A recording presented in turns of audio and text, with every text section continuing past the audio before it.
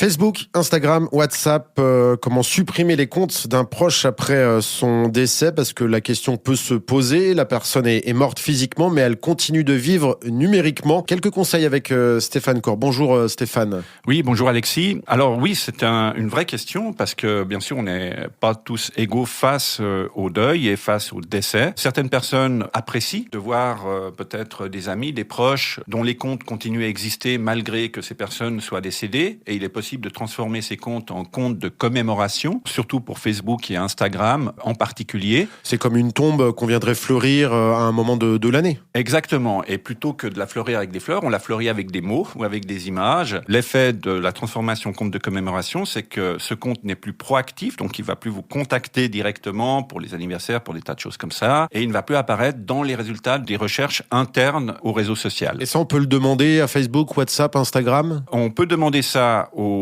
service de Facebook, donc ça sera plutôt bien sûr Instagram et Facebook. Il y a des formulaires ad hoc qui existent pour permettre de faire cette demande. Il faut fournir des éléments qui démontrent que la personne est vraiment décédée. Il existe même un formulaire pour revenir à la vie. Si tout d'un coup, je sais pas, parce que on est une erreur de quelqu'un et que on nous a décédé à travers le numérique, eh ben on a un formulaire qui dit non, je ne suis pas décédé, je suis bien vivant et s'il vous plaît, restaurez ma vie numérique.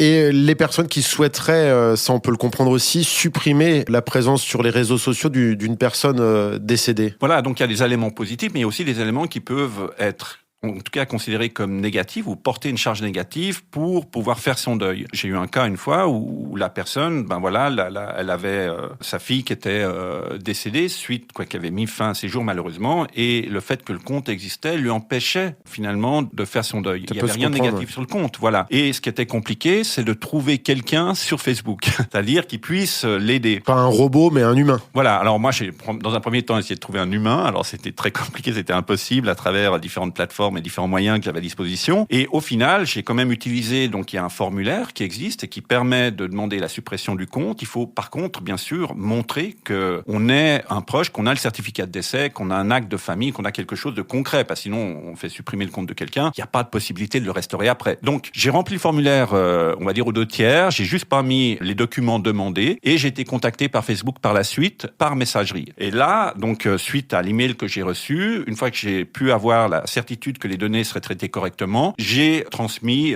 les documents demandés et dans les 2 heures qui ont suivi, le compte a été définitivement supprimé. Donc oui, on a moyen de le faire. Après, chaque plateforme a ses propres critères. Twitter, vous pouvez pas récupérer les informations. Pour tout ce qui touche au service de Google, vous pouvez aussi dire que si votre compte est inactif pendant 2 mois, vous avez une personne de contact qui va être informée aussi. Sur Facebook, vous pouvez aussi définir que votre compte doit être supprimé dans les paramètres si vous venez à décéder, ou vous pouvez désigner un légataire de votre compte qui sera en charge de gérer le cas échéant. Il y a beaucoup d'options, il faut s'intéresser à ces options-là, il faut aller dans les paramètres ou questionner des moteurs de recherche pour savoir comment procéder. Stéphane Corr, merci beaucoup pour ces précieuses informations, et puis on se retrouve dès la semaine prochaine. Merci.